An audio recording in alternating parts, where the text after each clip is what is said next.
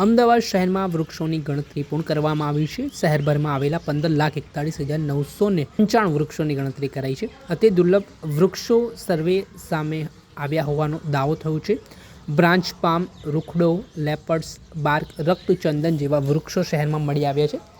શહેરના 7 ઝોનમાં 261 જેટલા વૃક્ષોની જાતિ પણ મળી આવી છે. ત્યારે આ મામલાને લઈને રિક્રિએશન કમિટીના ચેરમેન જયેશ ત્રિવેદીની પ્રતિક્રિયા સામે આવી છે. ત્યારે જે શહેરભરમાં વૃક્ષોની ગણતરીની પ્રક્રિયા હાથ ધરવામાં આવી હતી તેને લઈને તેઓ શું કહી રહ્યા છે તે સાંભળો. અમદાવાદ મ્યુનિસિપલ કોર્પોરેશન દ્વારા આ વર્ષે એક મહત્વાકાંક્ષી પ્રોજેક્ટ હાથ ધરવામાં આવ્યો હતો. એમાં ટ્રી સેન્સસની આપણે લઈ શકીએ.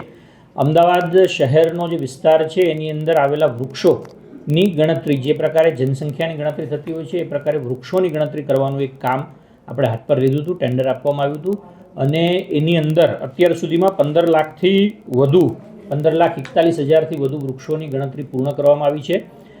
કુલ 48 વોર્ડમાંથી 8 વોર્ડની અંદર આ કામગીરી પૂર્ણ થઈ છે. આજે 8 વોર્ડમાં કામગીરી પૂર્ણ થઈ છે. એમાં જમાલપુર, બાપુનગર, મણિનગર, નારણપુરા, નવરંગપુરા, સાબરમતી, ખોખરા અને અસારવા, આમ 8 વોર્ડની અંદર કામગીરી પૂર્ણ થઈ છે. 40 વોર્ડની અંદર એ પ્રગતિમાં છે. ટૂંક સમયમાં એ પણ પૂર્ણ થશે. આ દરમિયાન કુલ 261 વૃક્ષોની પ્રજાતિ એ આપણને મળી છે.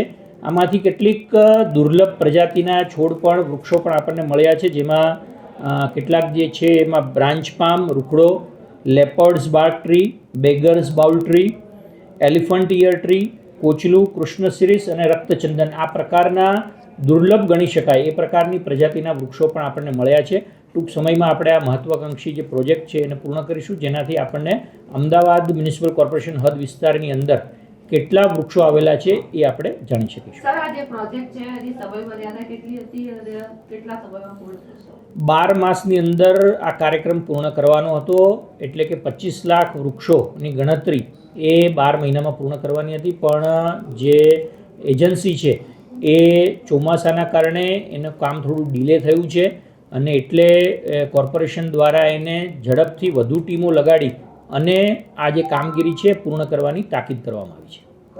અમદાવાદ મ્યુનિસિપલ કોર્પોરેશનનું રિક્રિએશન વિભાગ જે છે એ લગભગ 308થી વધુ ગાર્ડનનું સંચાલન કરે છે. એમાં પીપીપી ધોરણે પણ કેટલાક ગાર્ડન અમે આપેલા છે.